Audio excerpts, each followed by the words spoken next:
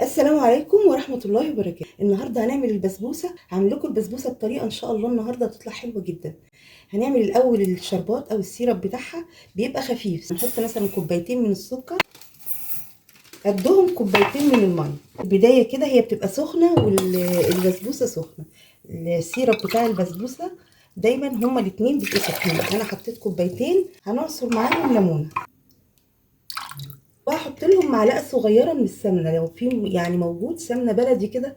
البسبوسه بتبقى حلوه جدا بالسمنه البلدي. هنرفع بقى السيرب بتاعنا على النار، والبسبوسه كمان تبقى سخنه وهو سخن، ونبدا نسقيهم مع بعض. هعمل بقى معاكم البسبوسه. هنجيب نص كيلو من السميد او دقيق السيمولينا، ده دقيق البسبوسه وبيبقى ناعم. ما نجيبش الدقيق البسبوسه اللي هو بيبقى خشن، ده بيبقى ناعم.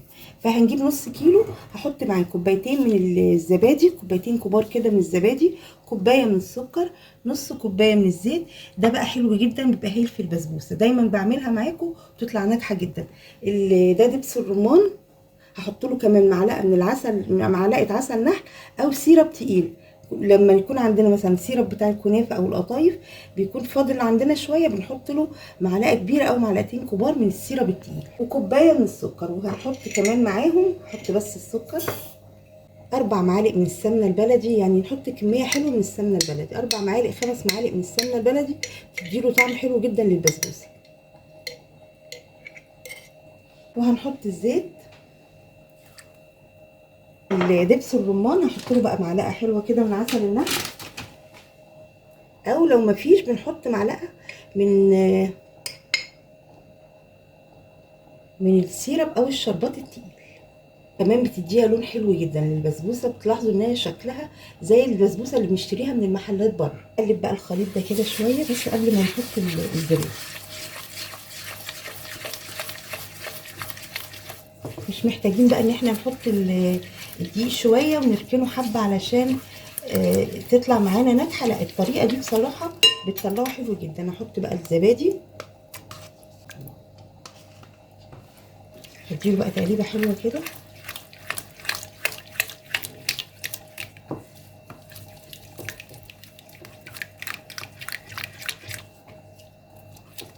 بصوا تقليبه كده بسيطه، وبعدين على طول هننزل بقى ايه بالسيمولينا او دقيق البسبوسه. بس احنا ايه، نخلي بالنا برضو لو لقينا الخليط بدأ يكتفي بالكميه بتاعه السائل بتاعته ما نحطش الدقيق كله.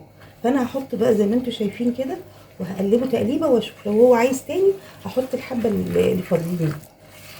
بصوا سهله ازاي وبسيطه جدا، وعلى فكره بتطلع ناجحه جدا معانا. اهي بصوا هي لسه شويه بسيطه من الدقيق.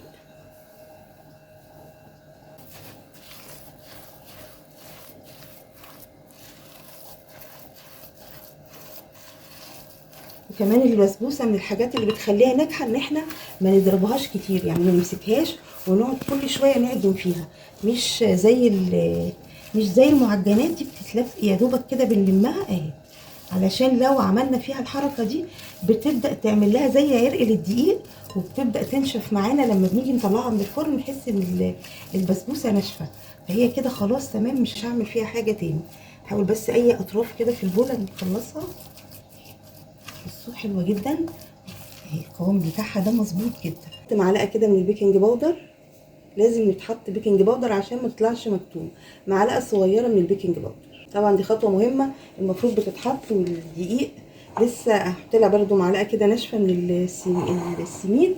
واحاول بقى ايه بالسباتولا كده اقلب الخليط حلو قبل ما احطها. هنحضر بقى الصينيه، بنكون دهنينها بالسمنه او بطحينه زي ما احنا حابين. ممكن سمنه مع طحينه الارضيه بتاعتها، ونبدا نحط على طول العجينه بتاعتنا. كده بطلنا الصينيه بقى بالسمنه، وهبدا بقى ايه احط كده الخليط بتاعنا، وهنبدا على طول نفردها. عايزين بقى البسبوسه ما تكونش عاليه، عايزين الارتفاع بتاعها ما يكونش عالي علشان ما تبقاش تخينه، يعني عايزينها زي الجاهزه كده. خلاص كده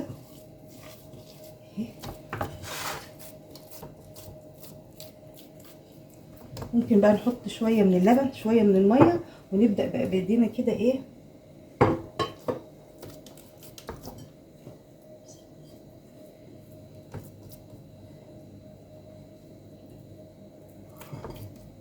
واحنا بنفردها نحط جزء بسيط كده من اللبن او الميه، علشان واحنا بنفرد بصوا تتفرد معانا كويس.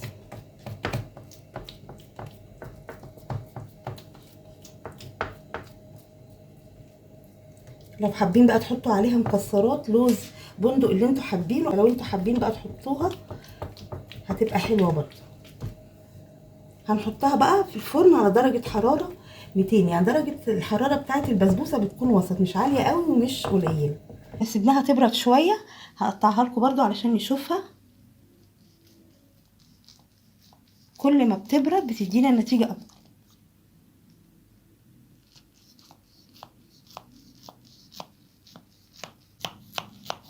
عشان سبتها تبرد فهي بتتقطع معانا بسهوله، لكن لو حطيناها وهي سخنه كده بدأنا نقطع فيها هتتعبنا في التقطيع وتتبهدل مننا.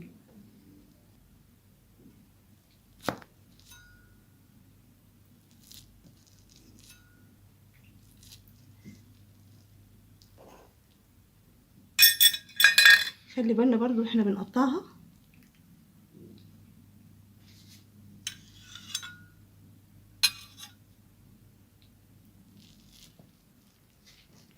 شايفين طالعه حلوه جدا، كمان مستويه مش لازقه في الصينيه، عشان احنا حاطين لها برضو الطحينه حلوه جدا بتخليها ما تلزقش في القاع بتاع الصينيه اللي احنا بنعمل فيها البسبوسه.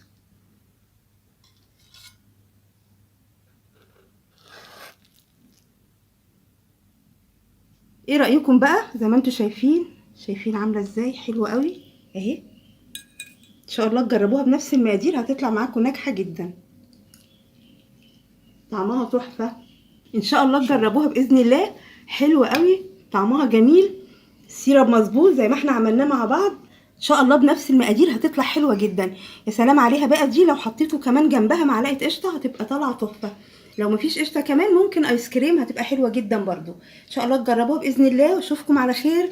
السلام عليكم ورحمه الله وبركاته.